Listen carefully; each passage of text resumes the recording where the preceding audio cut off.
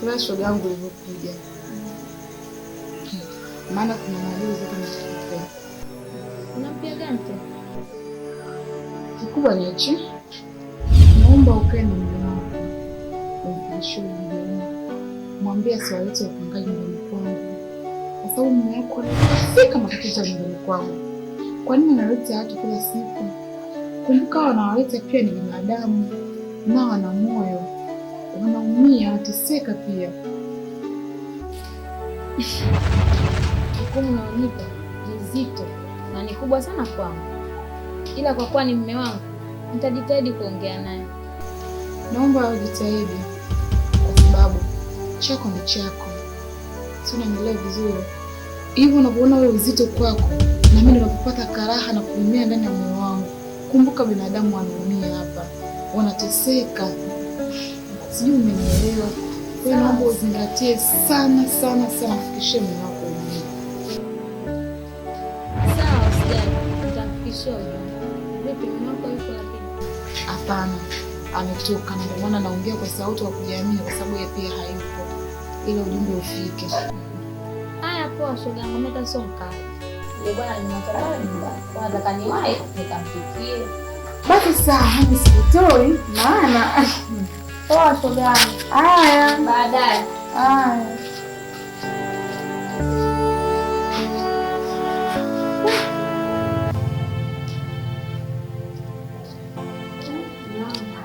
Naam.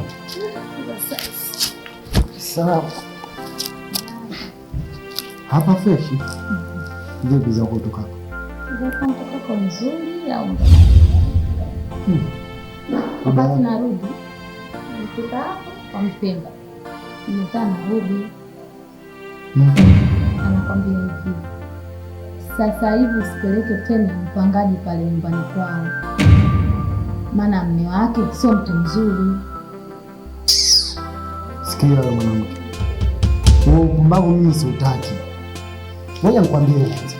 Huo upumbavu siutaki. Na ule Ruby unaozungumza sijui kakwambia hivyo, iko kitu kwangu mimi hakiwezekani. Wewe mke wangu kwanza umeshinda kujifikiria, umechukua hizo taarifa unaniletea mimi. Wewe unategemea sisi hapa tutaishije? Wewe unajua mimi kazi gani ninayoifanya? Unajui kazi gani mimi ninayoifanya? Asa mume wangu mpaka mtu kakwambia ana hakika na jambo ambalo labda mume wake anafanya. Atajua yeye na mumewe. Mimi kazi yangu nitaifanya kazi yangu ipasavyo. Na upumbavu siku nyingine ukiusikia huko usiniletee mimi. Mimi mtu akihitaji chumba nijua pale chumba kipo na vizuri zaidi na mume wake mimi naongea naye vizuri. Akinipa taarifa ya chumba kiko wazi mimi nachukua mtu napeleka pale.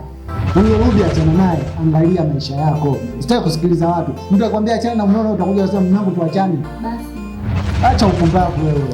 Msameni. Usigombane kwa sababu. Wewe unasikiliza maneno ya watu tu na unawaka mume wangu. Sisi ndio tunapatia riziki pale. Tunaenda chooni kwa sababu ya kazi hii ya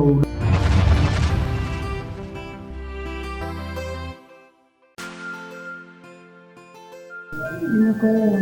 sawa, tumeelewana. Sasa siku nyingine niletee mume wangu nyumba hadithi fulani hataki wapangaji.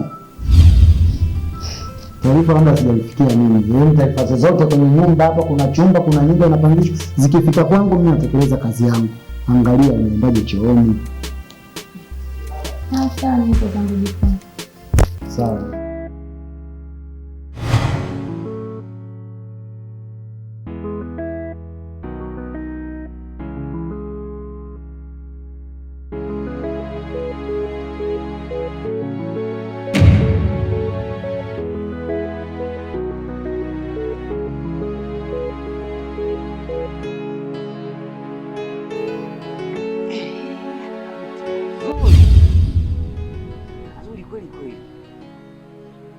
Sasa binti, mimi niko na shida na barabara simu.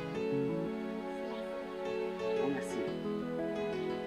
Sasa kama una simu, nisaidiaje? Wanafunzi. Basi sawa. Baadaye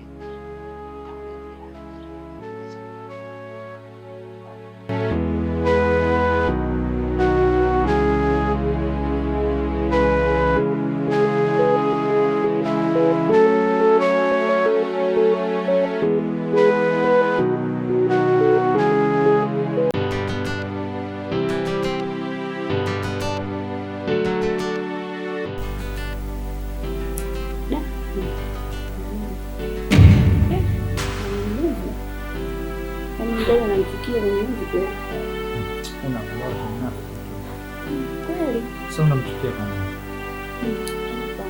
Baby.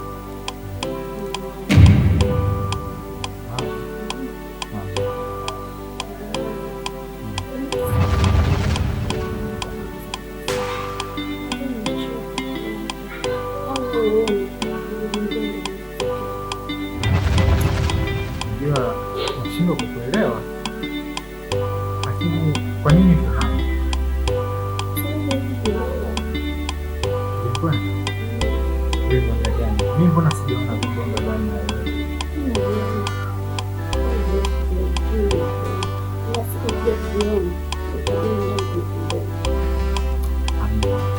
Huu utakuwa ni mchezo wao. Mimi sijaona kasababisha kulala katika nyumba nzuri kama hii, mke wangu. Nyumba ina rangi, nyumba ina maji, nyumba ina fensi, alafu unapataje nyumba ya bei nafuu kama hii?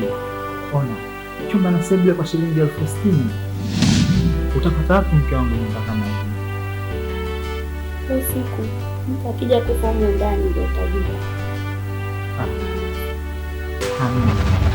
Huo ni muda wako. Alafu mimi nishakwambia usiwe na itikadi kama hizo. Kuamini ushirikina, kuamini vitu ambavyo hujaviona wala haujaviona. Yaani unasikia tu uvumi, labda pengine unaamini. Mimi nishakukataza hizo. Acha kuamini mambo hayo. Hebu kuwa na roho ya kujiamini kama mwanamke. Jiamini. Kwanza unaogopa nini? Nyumba unaishi na mwanaume, Simba nipo. Bora ungekuwa mnaishi wanawake watupu. Lakini unaishi na mwanaume. Nilokamilika. Mwanaume mnayejiamini. Unaogopa nini? Wasiwasi wako nini mtu? Unanipenda? Basi kama unanipenda, ishi hapo hapo. Kama unanipenda, sitaki kulisikia hilo swala la kusema kwamba tuame katika elimu.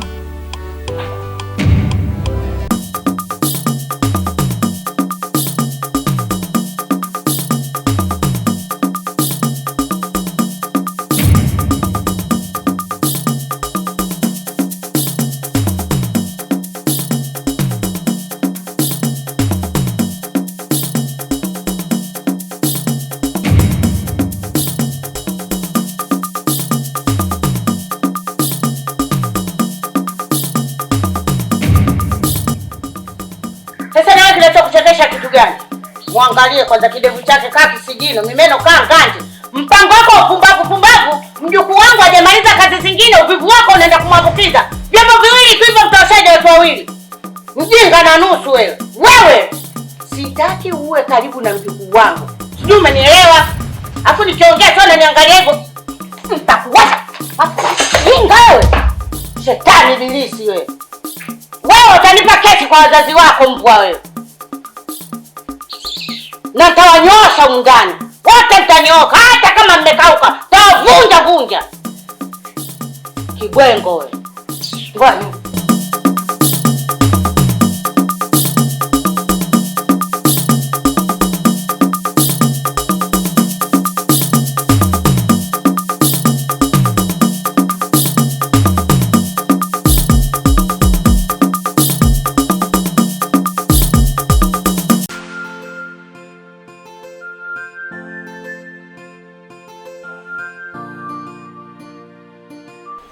Mama mwenye nyumba. Tena ninashukuru nilivyokuona. Usijichekeshe kabisa. Hivi dalali Berege, unataka mimi niongee kitu gani ili unielewe? Mara ngapi nakwambia sitaki nyumbani kwangu kwa yote wapangaji. Hivi mazira yanawakuta watu pale uyajui.